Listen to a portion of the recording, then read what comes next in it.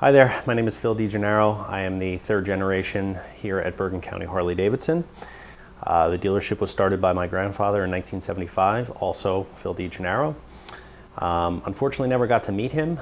He passed away about 2 years before I was born. But from what I understand and from everybody that's told me about him, he was quite a remarkable person. Well, he was an aerospace engineer, and that job came and went. There would be a government project and he would be employed, and then it would be finished and he'd be out of work.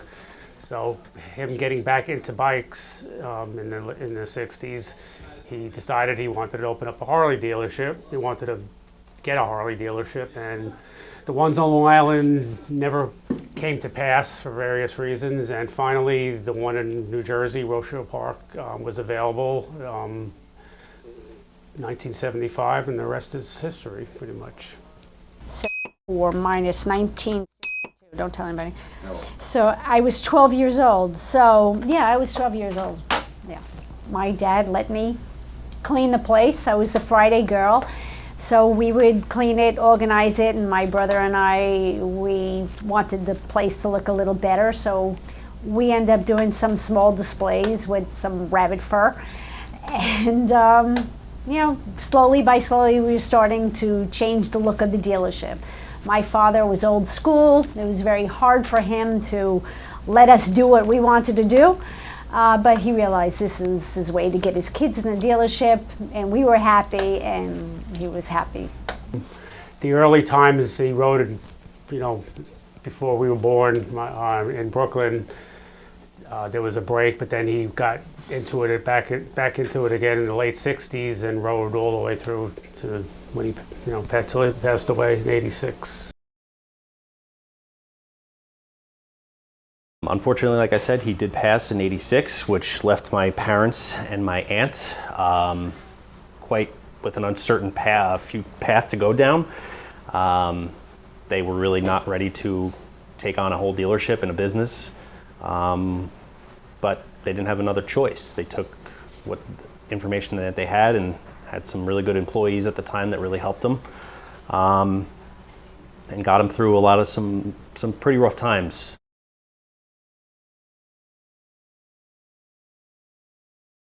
So the very first building we were in, 15 Overlook Avenue, we did not own the building. The sign on the outside of the building was like, I don't know if anybody remembers this, but the old Chicken Delight fast food place. Terrible, right? It was just an awful sign. And we had t-shirts thumbtacked to the wall. We had leather jackets, like, I don't know, 5 of them hanging up in the store on racks. None of us knew what the hell we were doing, but with a lot of help from friends, family, and our existing employees, we really we made a go of it. Growing up in this store, I guess is pretty unique. To me, it just seems pretty normal. But, you know, I do hear stories about some pretty cool things. Like, for example, they used to take my baby walker and line it with rubber so that I'd be able to walk through the dealership in my little walker and bang into motorcycles and not ding and dent and scratch them. My crib was quite literally in a converted closet at the first dealership.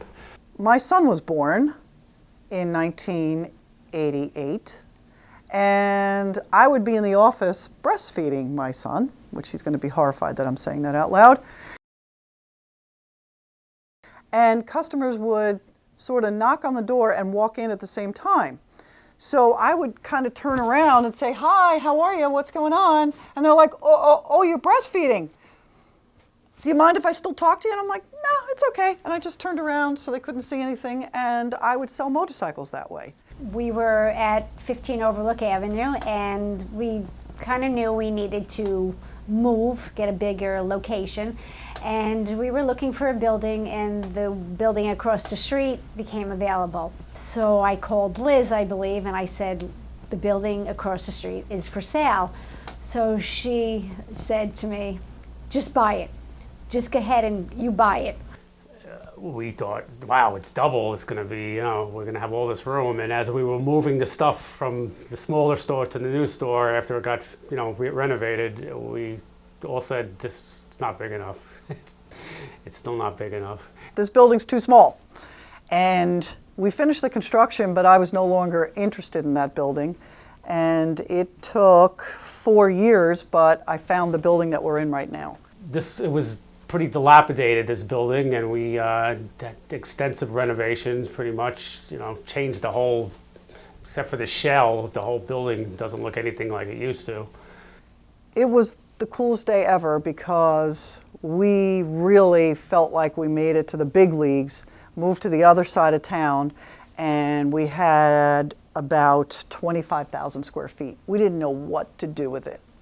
And now we pretty much have enough room. We could probably use more, but we have enough room.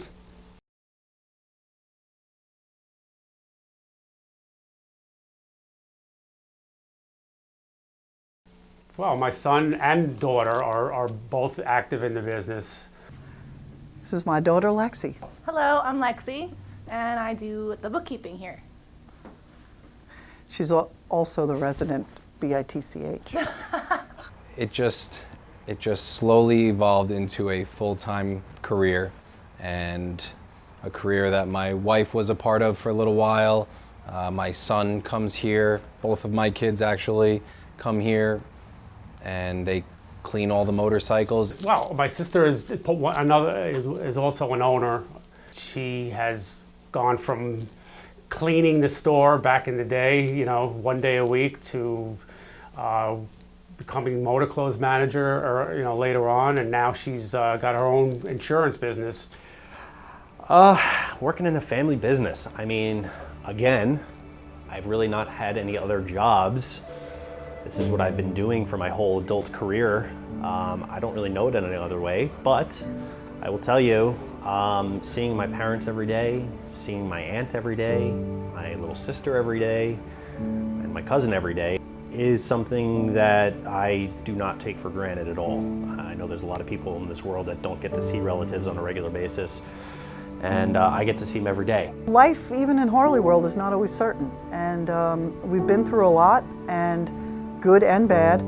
But again, I raised my kids here. I've met some amazing people, customers, and amazing staff, and amazing people just in general. My kids are here. My nephew's here. We have a lot of family and a lot of people who are not really related to me, but since they've been here so long, they're family to me, including customers. We have a lot of kids that we hired when they were 17. They're now grown up and they're in their 30s and they still work here. And I wouldn't change it or give it up for anything.